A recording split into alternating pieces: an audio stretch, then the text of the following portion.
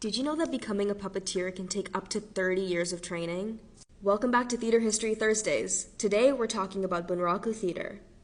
Bunraku is a Japanese traditional puppet theater founded in Osaka in the beginning of the 17th century. Three kinds of performers take part in a Bunraku performance: the puppeteers, the chanters, and the musicians. The origins of Bunraku's modern form can be traced back to the 1680s, when the playwright Chikamatsu Manzemon began a collaboration with the chanter Takamoto Godayu.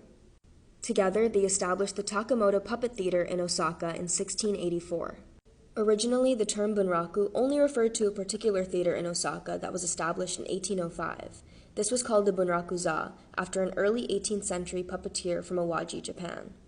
The puppets of the Osaka tradition tend to be smaller, while the puppets in the Awaji tradition are some of the largest. This is because productions are typically held outdoors. The heads and hands of these puppets are carved by specialists, and bodies and costumes are often constructed by puppeteers. A lot of the mechanisms for operating these puppets are pretty sophisticated. In plays with supernatural themes, a puppet's face can quickly transform into a demon's. The main puppeteer, the omozukai, uses their right hand to control the puppet's right hand, and their left hand to control the puppet's head. The left puppeteer, the hidari-zukai, manipulates the left hand of the puppet with their own right hand. A third puppeteer, the ashi-zukai, operates the feet and the legs. Practitioners require a very long training period, consisting of 10 years on the feet, 10 years on the left hand, and 10 years on the head of secondary characters. It's only after this training that they can move to the manipulation of the head of a main character. All but the most minor characters require 3 puppeteers, who typically wear black robes. The heads of the puppets are divided into categories according to gender, social class, and personality. Certain heads are created for specific roles, while others can be used for several different performances by changing the clothing and the paint.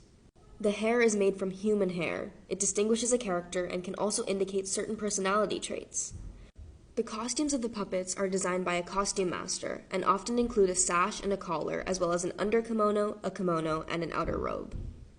Usually, a single chanter recites all the characters' parts and alters their vocal pitch and style in order to portray different characters in a scene. The chanters sit next to the musicians, and some traditional puppet theaters have a revolving platform.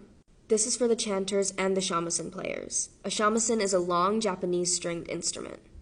This platform rotates to bring new chanters and musicians in for each scene. Bunraku shares many themes with kabuki. In fact, many plays were adapted for performance both by actors in kabuki and puppet troupes in Bunraku. Today, Osaka is the home of the government-supported National Bunraku Theater, which offers 5 or more shows a year. Here at New Perspectives, we know how vital storytelling and theater traditions are to preservation of cultures. We also know how important providing support is for these traditions. That's why we work very hard to provide a platform for artists all over the world to come and tell their stories in their own way. That's all for this week. Come back next Thursday for more theater history with New Perspectives Theater Company.